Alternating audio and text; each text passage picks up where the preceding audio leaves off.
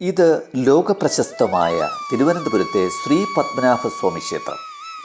നിരവധി ലോക അത്ഭുതങ്ങൾ ഒളിപ്പിച്ചു വച്ചിട്ടുള്ള ഈ മഹാക്ഷേത്രത്തെക്കുറിച്ചല്ല ഇന്നത്തെ പ്രതിപാദ്യം. അത്ഭുത സൃഷ്ടിയായ ക്ഷേത്രഗോപുരത്തിന് മുന്നിലുള്ള വിശാലമായ പത്മതീർത്ഥക്കുളം, അതിന് തെക്ക് വശത്തായി ഇക്കാണുന്ന പുരാതന വാസ്തുശില്പ ചാതുരിയോടെ നിൽക്കുന്ന ഒരു നെടുങ്കൻ കെട്ടിട സമുച്ചയം.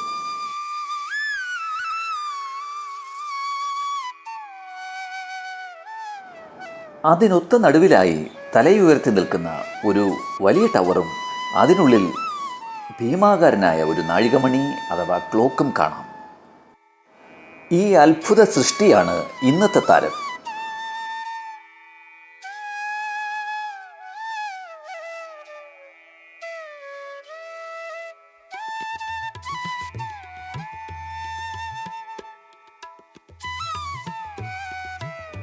ഈ പുരാതനമായ നാഴികമണിയാണ് മേത്തൻ മണി എന്ന വിളിപ്പേരിൽ ലോകപ്രശസ്തി നേടിയത്.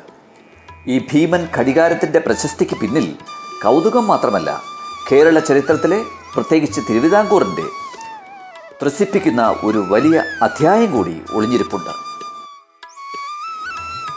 തിരുവിതാംകൂറിൻ്റെ അന്നത്തെ മഹാരാജാവ് സ്വാതി തിരുനാൾ രാമവർമ്മ 1840കളിൽ സ്ഥാപിച്ചതാണ് ഈ ഭീമൻ ഘടികാരം എന്ന് പൊതുവെ കരുതപ്പെടുന്നു. അന്നത്തെ തിരുവിതാംകൂർ നാട്ടുരാജ്യത്തിൻ്റെ ഭരണസിരാകേന്ദ്രം അഥവാ സെക്രട്ടേറിയറ്റ് ആയിരുന്നു ഈ കാണുന്ന പുത്തൻ മാളിക അഥവാ കരിവേലപ്പുര മാളിക എന്നറിയപ്പെട്ടിരുന്ന ഈ മനോഹരമായ സുന്ദരമായ നെടുങ്കൻ കെട്ടിടം. അപൂർവ ഇനം മര ഉരുപ്പടികളും അതിലെ മനോഹരമായ കൊത്തുപണികളും ചേരുമ്പോൾ ഈ പുരാതനമായ നിർമ്മിതി പഴയ രാജഭരണകാലത്തെ പ്രതാപവും പ്രൗഢിയും വരച്ചു കാട്ടുന്നതായി മാറുന്നു.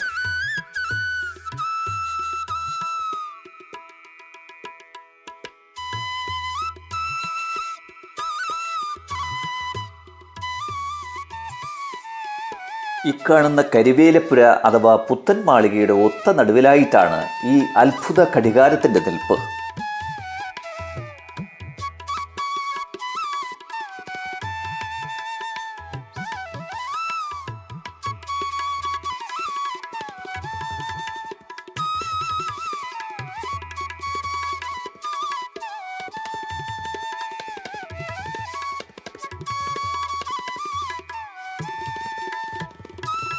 അന്നത്തെ തിരുവിതാംകൂറിൻ്റെ വാനനിരീക്ഷണ കേന്ദ്രത്തിൻ്റെ സ്ഥാപക ഡയറക്ടറായിരുന്ന ജോൺ കാൾഡിക്കോട്ട് മദ്രാശിയിൽ നിന്നും ഇത്തരത്തിൽ 2 ഭീമൻ നാഴികമണികൾ കൊണ്ടുവന്നിരുന്നതായും അതിലൊന്ന് പുത്തൻ മാളികയിൽ സ്ഥാപിച്ചു എന്നുമാണ് പഴമക്കാർ പറയുന്നത്. ഒപ്പമുള്ളത് അന്നത്തെ തിരുവിതാംകൂറിൻ്റെ ആസ്ഥാനമായിരുന്ന തക്കല പത്മനാഭപുരം പാലസിലാണ് സ്ഥാപിക്കപ്പെട്ടതായി കരുതപ്പെടുന്നത്. ഇനിയാണ് അത്ഭുതമൂറുന്ന കൗതുക കാഴ്ച. നാഴികമണിയുടെ മുകളിലായി തലപ്പാവും പുറത്തേക്ക് ഉന്തി നിൽക്കുന്ന കണ്ണുകളും താടിയും വച്ച ഒരു പുരുഷൻ്റെ തലയുടെ രൂപം. അതിന് ഇരുവശങ്ങളിലുമായി 2 ഉശിരൻ മുട്ടനാടുകൾ. ഓരോ മണിക്കൂറിലും കൃത്യമായ ഇടവേളകളിൽ വായ തുറക്കുന്ന ആൾരൂപത്തെ തലകുലുക്കി സർവശക്തിയും എടുത്ത് ഇരുവശത്തു നിന്നും ഇടിച്ച് വായ അടപ്പിക്കുന്ന മുട്ടനാടുകൾ, ഒപ്പം ഉച്ചത്തിലുള്ള മണിനാദവും.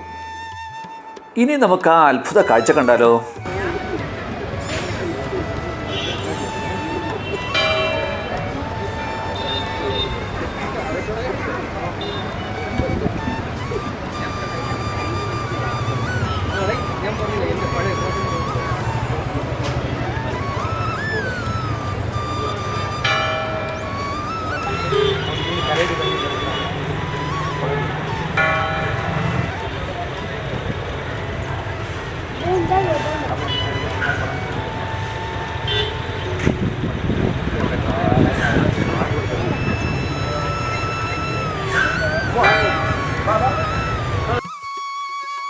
കാലം മുട്ടനാടുകളുടെ ശക്തി ചോർത്തിയിട്ടുണ്ടോ?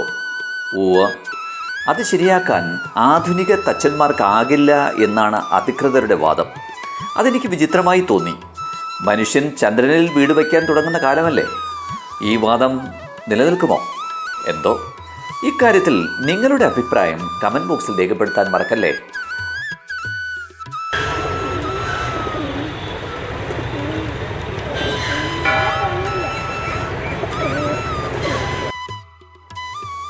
ഏറെ കൗതുകവും ഒപ്പം അതിശയവും ജനിപ്പിക്കുന്ന ഈ കാഴ്ച കാണാൻ ക്ഷേത്ര ദർശനത്തിനെത്തുന്ന ഭക്തന്മാരെ കൂടാതെ വിദേശ സഞ്ചാരികൾ ഉൾപ്പെടെ ധാരാളം സഞ്ചാരികൾ മേത്തൻമണിക്ക് ചുവടെ മണിക്കൂർ ഇടവിട്ട് കൂടുന്നത് മറ്റൊരു കൗതുക കാഴ്ച തന്നെ.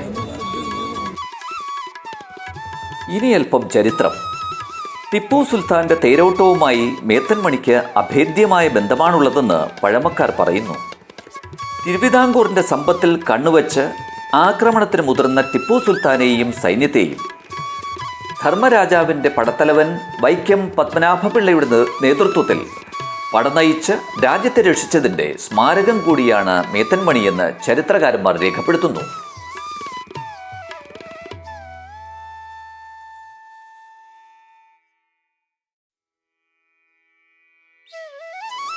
തിരുവനന്തപുരം വഞ്ചിയൂർ സ്വദേശിയായ കുളത്തൂക്കാരൻ എന്ന മഹാതച്ചൻ്റെ സൃഷ്ടിയാണ് മേത്തൻമണി എന്നാണ് പൊതുവെ കരുതുന്നത്. പ്രത്യേക ലോഹക്കൂട്ടിലും മഹാഗണി തടിയിലും സൃഷ്ടിച്ചെടുത്ത ഈ അത്ഭുതമണിയുടെ സൂത്രം തച്ചന് മാത്രം സ്വന്തം. ഇക്കാരണത്താൽ തച്ചനെ സൂത്രമാശാരി എന്ന സ്നേഹപൂർവ്വം നാട്ടുകാർ വിളിച്ചിരുന്നുവത്രേ. ഡച്ച് സാങ്കേതിക വിദ്യയാണ് ഈ ക്ലോക്കിലുള്ളത്. ഇതിന് കീ കൊടുക്കുന്നതിനും പരിപാലിക്കുന്നതിനുമായി പ്രത്യേകം കുടുംബത്തെ തന്നെ രാജാവ് ചുമതലപ്പെടുത്തിയിരുന്നുവത്രേ. മേത്തൻമണി എന്ന് വിളിപ്പേരുള്ള ഈ ഘടികാരത്തിൽ നിന്നും ഓരോ നാഴികയിലും മുഴങ്ങുന്ന മണിനാദം അനന്തപുരി നിവാസികളുടെ ജീവിതത്തിൻ്റെ ഭാഗമായിരുന്നു എന്നത് ചരിത്രം. തിന്മയ്ക്കുമേൽ നന്മ നേടിയ വിജയത്തിൻ്റെ അടയാളപ്പെടുത്തലായി ഇന്നും ഈ മണിനാദം പ്രദേശവാസികൾക്ക് കൃത്യമായ സമയത്തിൻ്റെ സന്ദേശം നൽകി ചരിത്രത്തിൻ്റെ പുതിയ അധ്യായങ്ങൾ രചിച്ച നവകേരളത്തോടൊപ്പം അനസ്യൂതം സഞ്ചരിക്കുന്നു. ആ പ്രവാഹം ഇനിയും നൂറ്റാണ്ടുകൾ തുടരട്ടെ. Thanks for watching and see you again.